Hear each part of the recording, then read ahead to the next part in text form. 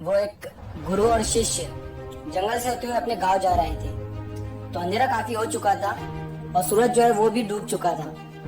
तो शिष्य ने अपने गुरु से कहा कि गुरुजी काफी रात हो चुकी है और सूरज भी पूरी तरह से डूब चुका है, तो बेहतर यही होगा कि हम आज की रात यहीं आसपास के किसी गांव में गुजारे।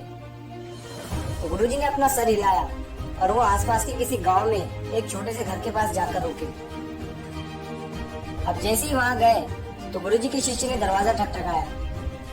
अब जैसे ही दरवाजा ठकठकाया तो अंदर से एक गरीब आदमी बाहर आया। तो गुरुजी ने बोला कि हम अपने गांव जा रहे थे, लेकिन रात होने की वजह से हमने इसी गांव में रुकने का सोचा। क्या हम आज रात आपके यहाँ रुक सकते हैं? ये सुनने के बाद उस गरीब आदमी ने गुरुजी और उनके शिष्य को अंदर बुलाया। अब जैसे ही गुरुजी अंदर गए तो उन्होंने देखा कि बहुत ही ज्यादा गरीबी थी उस आदमी के घर में। तो गुरुजी ने उससे पूछा कि तू काम क्या करता है? उसने बोला कि मेरे पास बहुत सारी जमीन है। तो गुरुजी ने बोला कि अगर तेरे पास इतनी सारी जमीन है तो फिर तो इस तरह क्यों रह रहा है?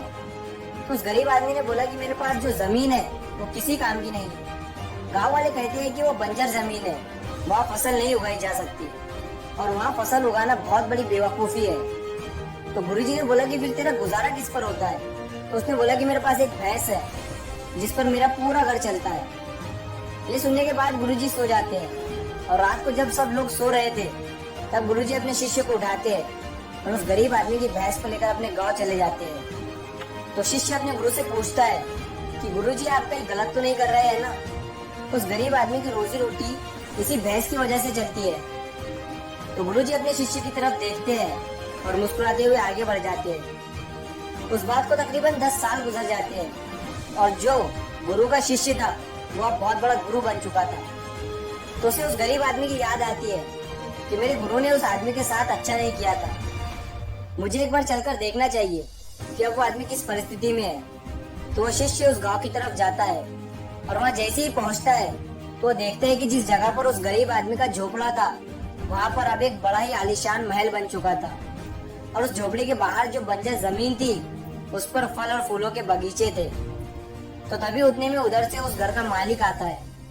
शिष्य उसे देखकर पहचान लेता है और उस आदमी को बोलता है कि तुमने मुझे पहचाना? मैं अपने गुरुजी के साथ आया था, हमने तुम्हारे यहाँ एक रात का मुकाम किया था। वो आदमी उसे पहचान लेता है और बोलता है कि उस रात में आप कहाँ चले गए थे? और उस रात के बाद ही मेरी भैंस कहीं चले गई थी, मेरे पास कोई रास्ता नहीं था। तो मैंने अपनी जमीन पर मेहनत की और काफी मेहनत के बाद उस पर फसल निकल आई और आज मैं इस गांव का सबसे बड़ा और सबसे अमीर आदमी बन चुका हूँ।